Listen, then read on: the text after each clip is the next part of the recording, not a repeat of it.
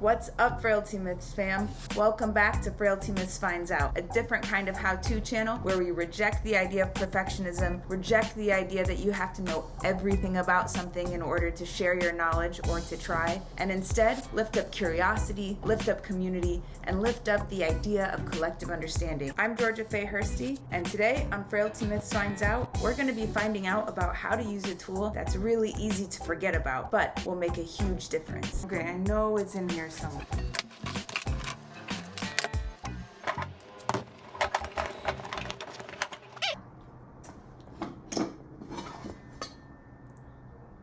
We could talk about how to apologize and how not to apologize for many hours. Today we're going to go over a few tips that you can practice how not to apologize. Hey Aaron, I'm really sorry you feel that way. I didn't mean to shut you down, but what you said triggered me, so I snapped. Anyway, sorry your feelings got hurt.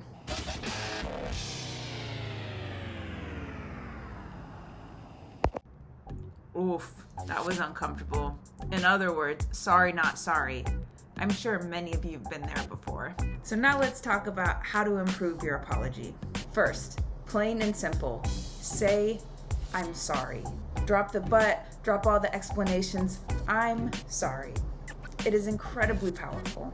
2, take responsibility. We are responsible for our actions and our behaviors. Regardless what our intention was, we can take ownership and accountability of how we move and act in the world. 3, describe the situation so the person knows that you know what you're actually apologizing for. If you don't explain what you're apologizing for, it could seem like you're just apologizing for the sake of apologizing and come off as flippant or inauthentic. The key here is to be authentic and genuine. Consider including how you might change. And lastly, admit that you were wrong. It's good to remember that sometimes it's not that deep. I want you to apologize, and I don't hate you. You hurt my feelings, and it doesn't mean our relationship is over. Not apologizing, not taking ownership for your behavior or accountability for your actions, that can destroy a relationship. A really important component of apologizing is understanding that just because you apologize doesn't mean that the person you're apologizing to is going to accept. Maybe what you did caused so much harm that the person isn't ready to forgive you, but that's not why we apologize. We apologize to take accountability for our actions. Whether or not your apology is accepted is up to the other person. It cannot be transactional, or it's not a real apology. Just because they may not accept shouldn't stop you from apologizing.